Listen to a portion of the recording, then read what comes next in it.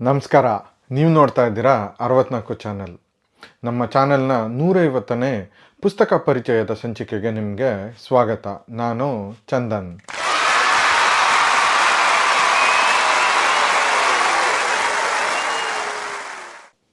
ನಾವು ಓದಿದ ವಿಭಾಗದಲ್ಲಿ 150ನೇ ಪುಸ್ತಕವನ್ನು ನಿಮಗೆ ಪರಿಚಯಿಸೋದಕ್ಕೆ ನಮಗೆ ಹೆಮ್ಮೆ ಆಗ್ತಾ ಇದೆ.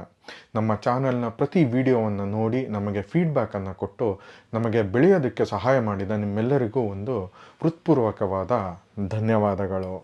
ಈ ಸ್ಪೆಷಲ್ ಸಂಚಿಕೆಗೆ ಒಂದು ಸ್ಪೆಷಲ್ ಪುಸ್ತಕವನ್ನು ನಿಮಗೆ ಪರಿಚಯ ಮಾಡಿಕೊಡ್ತಾ ಇದ್ದೀವಿ. ಮಹಾಭಾರತ ಅಂದರೆ ನಮಗೆ ಫಸ್ಟ್ ನೆನಪಿಗೆ ಬರೋದು ಕುರುಕ್ಷೇತ್ರ ಯುದ್ಧ. 18 ದಿನಗಳ ಕಾಲ ಯುದ್ಧ ನಡೀತು. ಅಲ್ಲಿ ರಾಜಾದಿರಾಜರು ವೀರಾದಿವೀರರು ಹೋರಾಡಿದ್ರು ಅಂತ. ಆದರೆ ಇದಕ್ಕೆ ಇನ್ನೊಂದು ಪರ್ಸ್ಪೆಕ್ಟಿವ್ನೂ ಇದೆ.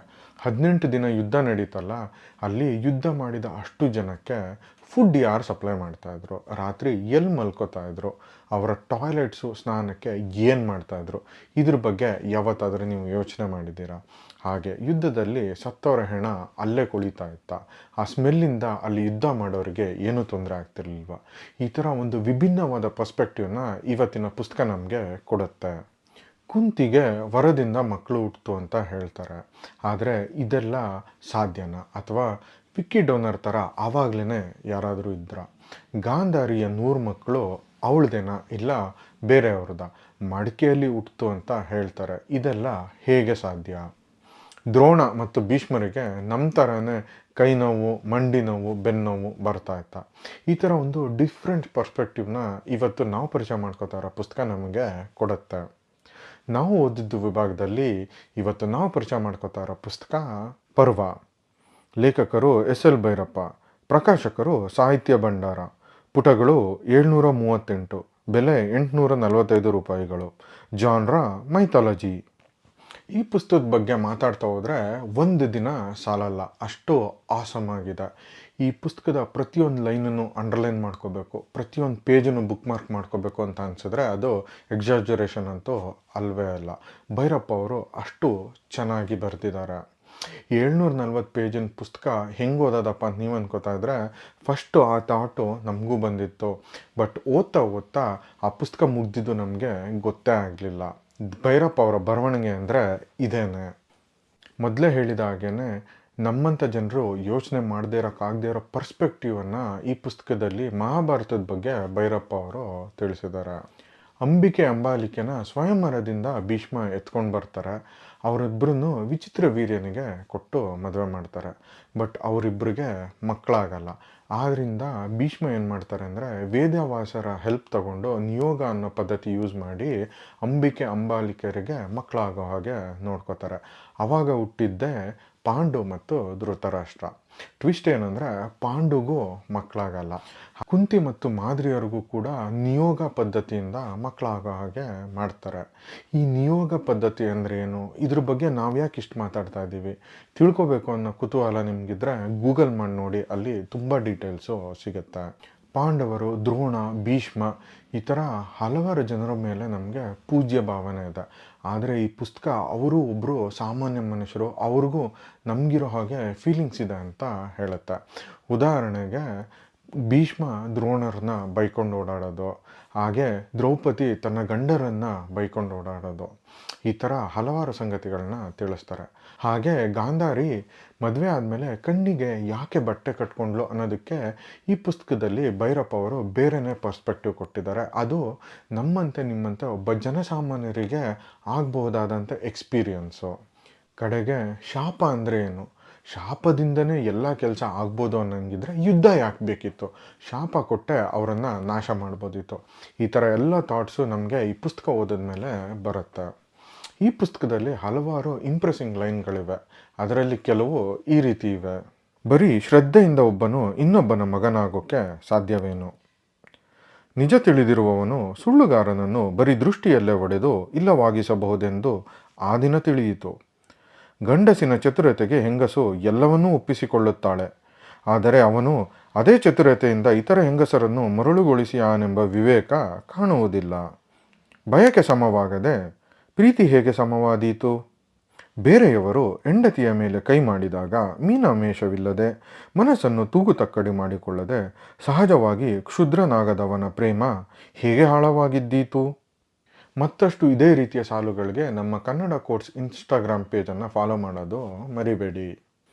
ಈ ಪುಸ್ತಕ ಭೈರಪ್ಪ ಅವರ ಒಂದು ಮಾಸ್ಟರ್ ಪೀಸ್. ಓದುಗನನ್ನು ತನ್ನೊಳಗೆ ಎಳ್ಕೊಂಡು ಅವನಿಗೆ ಕಾಣದ ಒಂದು ಅದ್ಭುತ ಪ್ರಪಂಚವನ್ನು ಸೃಷ್ಟಿಸೋ ಶಕ್ತಿ ಈ ಪುಸ್ತಕಕ್ಕಿದೆ.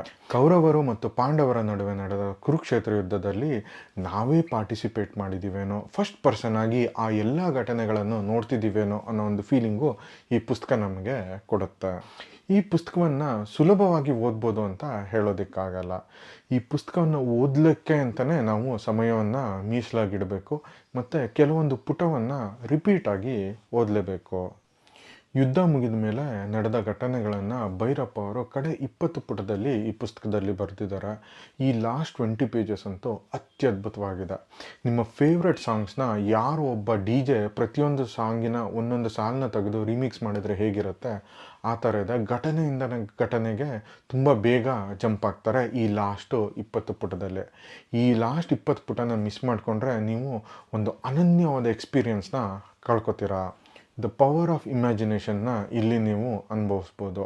ಮೈಥಾಲಜಿ ಮತ್ತು ಸೈಕಾಲಜಿಯ ಒಂದು ಅದ್ಭುತ ಬ್ಲೆಂಡ್ ಇರೋ ಪುಸ್ತಕ ಇದು. ಎಲ್ಲರ ಮನೆಯಲ್ಲೂ ಇರಲೇಬೇಕಾದಂಥ ಪುಸ್ತಕ ಮತ್ತು ಎಲ್ಲರೂ ಓದಿರಲೇಬೇಕಾದಂಥ ಪುಸ್ತಕ ಕೂಡ ಹೌದು. ಬನ್ನಿ, ಈ ಪುಸ್ತಕದಿಂದ ಒಂದು ಪ್ಯಾರಾಗ್ರಾಫು ನಿಮಗೋಸ್ಕರ. ಅದಕ್ಕೂ ಮುಂಚೆ ನಾವು ಮಾಡ್ತಿರೋ ಈ ಕನ್ನಡ ಪುಸ್ತಕವನ್ನು ಪರಿಚಯಿಸೋ ಕೆಲಸ ನಿಮಗೆ ಇಷ್ಟ ಆಗಿದೆ ಅಂದರೆ ದಯವಿಟ್ಟು ನಮ್ಮ ಚಾನಲ್ಗೆ ಸಬ್ಸ್ಕ್ರೈಬ್ ಆಗಿ. ಈ ವಿಡಿಯೋನ ಲೈಕ್ ಮತ್ತು ಶೇರ್ ಮಾಡೋದು ಮರಿಬೇಡಿ. ಮೊದಲನೇ ಪ್ಯಾರ. ದೇವಿ ಗಾಂಧಾರಿ, ನಿನ್ನ ಕೈಲಿ ಒಂದು ಆಪ್ತ ವಿಷಯ ಮಾತನಾಡಬೇಕೆಂದು ಬಹುದಿನಗಳಿಂದ ಆಶೆ ಇದೆ. ನೀನು ನಿಜ ಹೇಳುವೆಯಾದರೆ ಕೇಳುತ್ತೇನೆ. ಏನನ್ನೂ ಮುಚ್ಚಿಡದೆ ನಿಜ ಹೇಳಿಬಿಡುವ ಕಾಲ ಜೀವನದಲ್ಲಿ ಒಮ್ಮೆಯಾದರೂ ಬರಬೇಕು. ನಿನಗೆ ಈಗ ಆ ಮನಸ್ಥಿತಿ ಬಂದಿದೆ ಎಂದು ನನಗೆ ಅನಿಸುತ್ತದೆ. ಹೇಳುವೆಯಾ? ಏನು ಕೇಳು. ಬೇಕಾದರೆ ನಾನು ನೀನು ಇಬ್ಬರೇ ಒಂದು ಕೋಣೆಗೆ ಹೋಗಿ ಮಾತನಾಡೋಣ. ಏನೆಂಬುದನ್ನು ಮೊದಲು ಹೇಳು. ಮಹಾರಾಜನಂತೂ ಕುರುಡನಾಗಿಯೇ ಹುಟ್ಟಿದ. ನೀನೇಕೆ ಹೀಗೆ ಕಣ್ಣು ಕಟ್ಟಿಕೊಂಡೆ? ಅವಳು ಮಹಾಪತಿವ್ರತೆ, ಗಂಡನಿಗಿಲ್ಲದ ದೃಷ್ಟಿಭಾಗ್ಯ ತನಗೆ ಬೇಡವೆಂದು ಧೃತರಾಷ್ಟ್ರ ಉತ್ತರಿಸಿದ. ಮಹಾರಾಜ, ಅವಳು ಹೇಳಲಿ, ಅವಳ ಅಂತರಂಗ ನುಡಿಯಲಿ, ಸ್ವಲ್ಪ ತಾಳು. ಕೃಷ್ಣ, ನಿಜ ಹೇಳಿದ್ದರಿಂದ ಏನು ಬರುತ್ತೆ? ಗಾಂಧಾರಿ ಕೇಳಿದಳು. ಭ್ರಮೆ ಕಳೆಯುತ್ತೆ, ಅದರಿಂದ ಶಾಂತಿ ಸಿಕ್ಕುತ್ತೆ. ಆದ್ದರಿಂದ ಹೇಳು. ಬೇಕಾದರೆ ನಿನ್ನನ್ನು ನಾನೊಬ್ಬನೇ ಬೇರೆ ಕೋಣೆಗೆ ಕರೆದೊಯ್ಯಲೆ, ಇವರನ್ನೆಲ್ಲ ಹೊರಗೆ ಕಳಿಸಲೆ. ಗಾಂಧಾರಿ ಮೌನಿಯಾದಳು. ನೆಲದ ಚಾಪೆಯ ಮೇಲೆ ಕುಳಿತಿದ್ದವರೆಲ್ಲ ನಿಶಬ್ದವಾಗಿದ್ದರು. ಮದುವೆ ನಿಶ್ಚಯವಾದ ನಂತರ ನೀನು ಹೀಗೆ ಕಣ್ಣು ಕಟ್ಟಿಕೊಂಡೆಯಾ? ಆ ಮಾತು ಹೋಗಲಿ ಬಿಡು ಕೃಷ್ಣ. ಗಾಂಧಾರಿಯ ಧ್ವನಿ ಹತ್ತಿಕೊಂಡು ಬಂತು. ಆದರೂ ಹೇಳು ತಾಯಿ, ಸಮಾಧಾನ ಮಾಡಿಕೊಂಡು ಹೇಳು. ಕೃಷ್ಣ ಅಂತಃಕರಣ ತಟ್ಟುವ ದನಿಯಲ್ಲಿ ಒತ್ತಾಯಿಸಿದ. ಮದುವೆ ನಿಶ್ಚಯವಾಯಿತು. ನಾನು ಬೇಡವೆಂದರೂ ನಿಶ್ಚಯವಾಯಿತು. ಮನೆಯನ್ನು ಬಿಟ್ಟು ಕದ್ದು ಓಡಿ ಹೋಗುವ ಯೋಚನೆಯನ್ನೂ ಮಾಡಿದೆ. ನಾನು ಓಡಿ ಹೋಗಿದ್ದರೂ ನನ್ನ ತಂದೆ ಬೇಕೆಂದೇ ಮಗಳನ್ನು ಮುಚ್ಚಿದ್ದಾನೆಂದು ಭೀಷ್ಮನ ಸೈನಿಕರು ನಮ್ಮೂರನ್ನು ಸುಟ್ಟು ಬಿಡುತ್ತಿದ್ದರು. ಆದ್ದರಿಂದ ಓಡಿ ಹೋಗಲಿಲ್ಲ. ಕೃಷ್ಣ, ನೀನು ಬಹಳ ದೇಶ ಸುತ್ತಿರುವವನಂತೆ. ನನ್ನ ಗಾಂಧಾರ ದೇಶ ನೋಡಿದೆಯೇನೋ? ನೋಡಿದ್ದೀನಿ. ಸುಂದರವಾದ ಬೆಟ್ಟಗಳು, ಸದಾ ಹಸಿರು ಗಿಡಗಳು, ನೀಲ ಆಕಾಶ, ಎಲ್ಲ ಋತುಗಳಲ್ಲೂ ಹೂ ಬಿಡುವ ಒಂದಲ್ಲೊಂದು ಗಿಡಬಳ್ಳಿಗಳು, ಸಿಹಿಯಾದ ನೀರು, ಕಾಡು ಹಣ್ಣುಗಳು, ಶೆಕೆಯೇ ಇಲ್ಲದ ಹವೆ. ಅಂತಹ ಸುಂದರ ದೇಶ ಬೇರೊಂದಿದೆಯೇ? ಇಲ್ಲ. ನಾವು ಬಡವರು. ಈ ಕಡೆಯಂತೆ ಮಟ್ಟಸವಾದ ನೆಲವಿಲ್ಲ. ಗಾಡಿ ಗಾಡಿ ಬೆಳೆಯುವ ಸಾರವಿಲ್ಲ. ಲೋಹ ಬಂಗಾರಗಳ ಸಂಪತ್ತಿಲ್ಲ. ಬೆಟ್ಟಗಳ ನಾಡಿನಲ್ಲಿ ಇವೆಲ್ಲ ಎಲ್ಲಿ ಬರಬೇಕು? ಸಂಪತ್ತಿಲ್ಲದ ಕಡೆ ದೊಡ್ಡ ಸೈನ್ಯ ಏಕಿರಬೇಕು? ಭೀಷ್ಮ ದೊಡ್ಡ ಸೈನ್ಯ ಕಳಿಸಿದ. ಜೊತೆಗೆ ಗಾಡಿಗಟ್ಟಲೆ ದಿನಸಿ ಧಾನ್ಯ, ಲೋಹದ ಪಾತ್ರೆಗಳು, ಬಂಗಾರದ ಆಭರಣಗಳು. ಇವೆಲ್ಲ ಮೈತ್ರಿ ಸೂಚಕ. ನೀವು ನನ್ನ ಕುರುಡ ಮಗನಿಗೆ ಹೆಣ್ಣು ಕೊಡದಿದ್ದರೆ ಸೈನ್ಯವಿದೆ, ಭಯ ಸೂಚಕ. ನಮ್ಮಪ್ಪನಿಗೆ ಭಯವೂ ಹುಟ್ಟಿತು, ಲೋಭವೂ ಹುಟ್ಟಿತು. ಲೋಭವಿಲ್ಲದಿದ್ದರೆ ಸೈನ್ಯಕ್ಕೆ ಹೆದರಬೇಕಿರಲಿಲ್ಲ. ಬೆಟ್ಟಗಾಡಿನವರು ಅವಿತು ಕೂತು ಕಿರುಕುಳ ಕೊಡತೊಡಗಿದರೆ ಬಯಲು ಸೀಮೆಯ ಸೈನ್ಯ ಎಷ್ಟು ದಿನ ನಿಲ್ಲಬಹುದು? ಅದು ಇಷ್ಟು ದೂರದಿಂದ ಬಂದು ನಿಲ್ಲುತ್ತದೆಯೇ ಹೇಳು? ಖಂಡಿತ ಸಾಧ್ಯವಿಲ್ಲ. ಅಪ್ಪ ಲೋಭಕ್ಕೆ ಪಕ್ಕಾದ. ಅವನ ಎದುರಿಗೆ ನಾನು ಹೊದೆದಿದ್ದ ಮೇಲು ವಸ್ತ್ರದ ಒಂದು ಸೆರಗನ್ನು ಸರ್ರನೆ ಗೀಳಿ ಕುರುಡನಿಗೆ ಕೊಡುವುದಾದರೆ ನಾನು ಅವನ ಮುಖ ನೋಡುವುದಿಲ್ಲ ಎಂದು 2 ಕಣ್ಣುಗಳನ್ನು ಕಟ್ಟಿಕೊಂಡೆ. ಆಗಲೂ ಅಪ್ಪನ ಅಂತಃಕರಣ ಜಾಗೃತವಾಗಲಿಲ್ಲ. ಹುಡುಗಿಯ ಮೊಂಡತನ 4 ದಿನದಲ್ಲಿ ಸರಿಯಾಗುತ್ತೆಂದು ಭಾವಿಸಿದನೇನೋ. ಹಾಗೆಯೇ ಮೇನೆ ಹತ್ತಿಸಿ ಕಳಿಸಿದ. ಬೆಟ್ಟಗಳ ನಾಡು ಕಳೆದ ಮೇಲೆ ರಥದಲ್ಲಿ ಕೂರಿಸಿದರು. ನನ್ನ ಜನ್ಮದಲ್ಲಿ ರಥವನ್ನು ನೋಡಿರಲಿಲ್ಲ. ಅನಂತರ ಕೂತರೂ ನೋಡಲಿಲ್ಲ. ಕೃಷ್ಣ, ನಾನು ಎಷ್ಟು ಲಕ್ಷಣವಾಗಿದ್ದೆ ಬಲ್ಲೆಯ. ಸ್ವಲ್ಪವೂ ಬಗ್ಗಡವಿಲ್ಲದ ನಮ್ಮ ಬೆಟ್ಟದ ಬುಡದ ತಿಳಿ ನೀರಿನಲ್ಲಿ ನನ್ನನ್ನು ನಾನು ನೋಡಿಕೊಂಡು ಹಿಗ್ಗುತ್ತಿದ್ದೆ. ಗೆಳತಿಯರು ನನ್ನನ್ನಾಧರಿಸಿ ಕನಸಿನ ಕತೆ ಹೆಣೆಯುತ್ತಿದ್ದರು. ಅಲ್ಲಿಗೆ ಮುಗಿಯಿತು ನನ್ನ ರೂಪ. ಅನಂತರ ನಾನೂ ನೋಡಿಕೊಳ್ಳಲಿಲ್ಲ. ನೋಡುವಂತಹ ಗಂಡನೂ ಸಿಕ್ಕಲಿಲ್ಲ. ರೂಪ ತಿಳಿಯದ ಗಂಡನಿಗೆ ಸಿಕ್ಕಿದೆ. ಅನಂತರ ಆದದ್ದೇನು? ಬೇಗ ಬಸುರಾಗಲಿಲ್ಲವೆಂದು ಭೀಷ್ಮನ ಚಟಚಟ. ನನಗೆ ತಿಳಿಯದು, ಈ ಗಂಡನಿಗೆ ತಿಳಿಯದು. ಅನಂತರ ಈ ಗಂಡನಿಗೆ ಒಬ್ಬ ದಾಸಿಯು ಹೇಳಿಕೊಟ್ಟಳಂತೆ. ಆಮೇಲೆ ನಾನು ಮಕ್ಕಳನ್ನು ಹೆರಲು ಆರಂಭಿಸಿದೆ. ಒಂದಾದ ಮೇಲೆ ಒಂದರಂತೆ, ಅದಾದ ಮೇಲೆ ಮತ್ತೊಂದರಂತೆ. ಅರಮನೆಯ ದಾಸಿಯರು ಇಯಲು ಶುರು ಮಾಡಿದರು. 100 ಎನ್ನುತ್ತಾರೆ. ಯಾರಿಗೊತ್ತು ಹಂದಿಮರಿಗಳ ಸಂಖ್ಯೆ. ನಾನು ಎತ್ತದ್ದು ಮಾತ್ರ 14. ಮೇಲೆ ಒಬ್ಬ ಮಗಳು. ಆಲ್ರೆಡಿ ನೀವೇನಾದರೂ ಈ ಪುಸ್ತಕ ಓದಿದರೆ ನಿಮ್ಮ ಅನಿಸಿಕೆನ ಕಮೆಂಟ್ ಮೂಲಕ ತಿಳಿಸೋದು ಮರಿಬೇಡಿ. ಮುಂದಿನ ವಾರ ಹೊಸ ಪುಸ್ತಕದೊಂದಿಗೆ ನಿಮ್ಮ ಮುಂದೆ ಬರ್ತೀವಿ. ಅಲ್ಲಿವರೆಗೂ ಓದಿ ಮರಳಾಗಿ. ವಿಡಿಯೋ ನೋಡಿದ್ದಕ್ಕಾಗಿ ಧನ್ಯವಾದಗಳು. ನಾನು ಚಂದನ್, ಸೈನಿಂಗ್ ಆಫ್.